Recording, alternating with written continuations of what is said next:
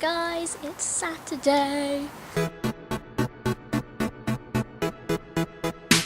This week's theme was to talk about our top 5. So I thought since Doctor Who started last week, I would do my top 5 Doctor Who episodes.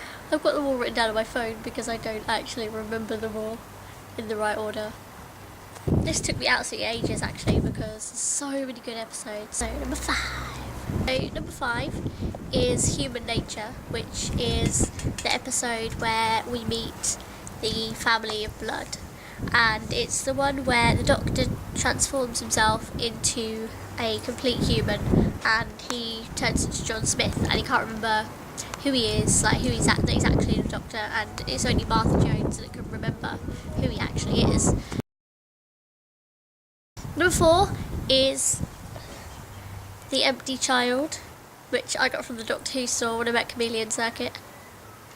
The Empty Child is the one where the Doctor goes back to 1941 and there's World War going on, and Rose keeps hearing this child calling for help, and she goes to find the child, and she obviously finds the child with a gas mask on his face going, "Can you help me? Are you my mummy?" Like this child is looking for its mum, which essentially in a way is kind of sad because it's an orphan and it is just looking for his mummy, but the whole thing where it like sucks people's faces and turns them into gas masks is also kind of a little bit creepy.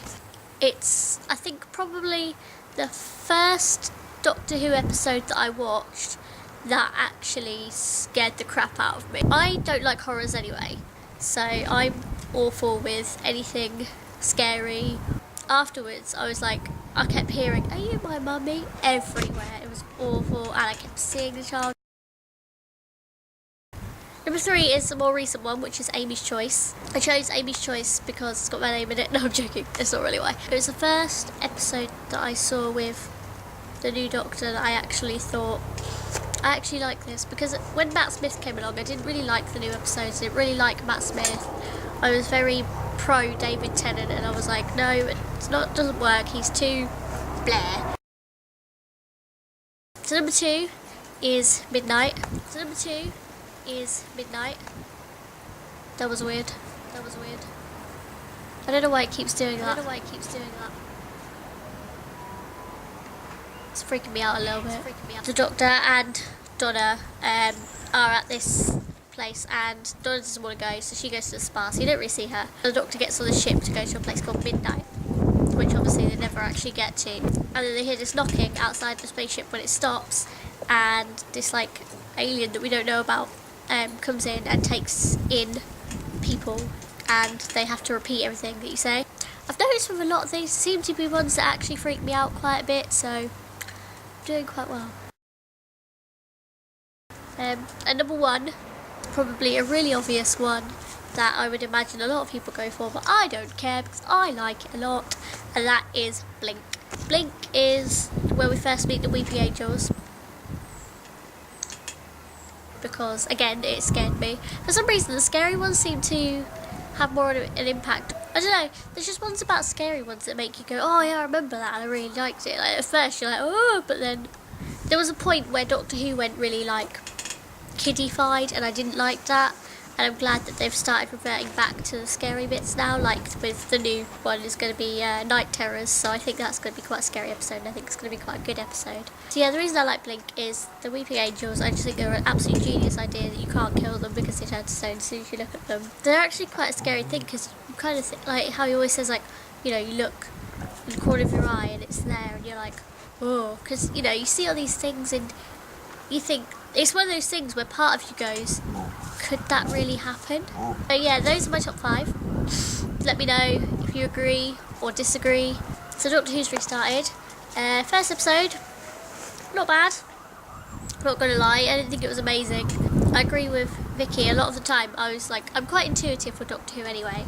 I do notice a lot of time I go, oh, I knew that was gonna happen, or oh, that's so predictable. As soon as I heard Mel's, I was like, is that Melody? And then obviously, you know, they said, yeah, I'm Melody Pond. So I was like, oh, okay. The bit where Rory says, Rory's gay. I'm not gay.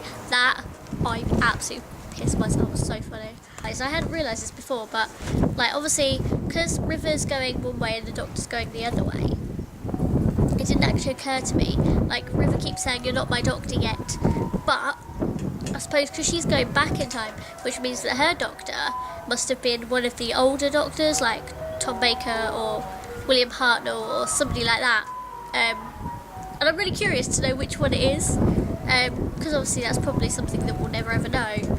But it'd be quite interesting to see which of the old Doctors that it was. So what I thought about doing for next week is maybe making a video where we've got somebody else in the video. I mean, if you don't think that's a good idea, then suggest another idea and do. But I just thought it'd be a good idea to get someone else involved, just to see what your interaction is like. I'll see you next Saturday. Hello. What's this?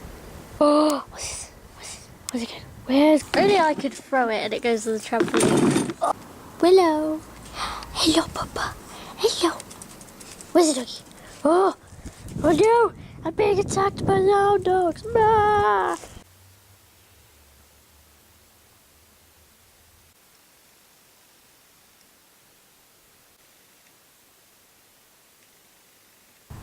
Whatever you do, don't blink. Blink and you're dead. So don't blink. I said don't blink. Just look directly at them and they'll stay where they are. I think they're crying anyway, they can't mean no harm. My eyes are watering, I'm right on the brink. I'm sure nothing would happen if I were to.